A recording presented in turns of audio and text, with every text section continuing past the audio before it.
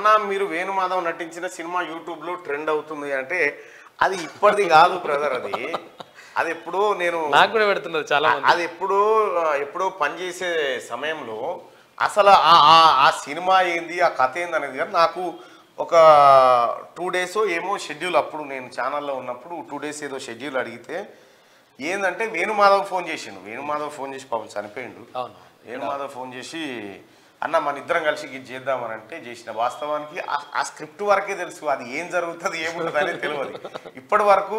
అంటే మా ఛానల్లో పనిచేసేటప్పుడు అప్పుడు ఇప్పుడు నేనైతే ఇప్పటి వరకు 2-3 సినిమాల్లో అప్పుడు చేసిన, కానీ ఇక ఆ తర్వాత నేను అటు జోలికి పోలే, దాని కథ కూడా తెలియదు వాస్తవానికి కూడా. ఎవరికి కూడా పూర్తి స్థాయి స్క్రిప్ట్ పూర్తి స్థాయి వ్యవహారం ఎవరుంటారు ఏం కథ అనేది తెలియదు. నేను అట్లా ఆ సీన్లు ఏముంటది అంతవరకే ఇగో ఈ స్క్రీన్ ఇగో ఇట్లా రావాలంటే అట్లా చేసిన, అది జరిగిపోయింది.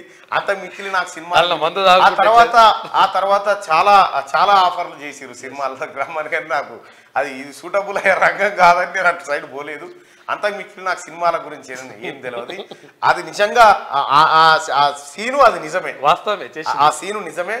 ఒక పరిశ్రమ కార్మికులుగా అందులో యాక్ట్ చేయడం జరిగింది. ఆ సీను వేణుమాధవ్ ఏం చేస్తారంటే పట్టాల కాడికి వెళ్తాడు, నేను చచ్చిపోతా అంటే ఇక అంటే వాడిని బుజ్జగించడం కోసం చచ్చిపోను నేను కూడా చచ్చిపోనని వాళ్ళు వస్తాడు.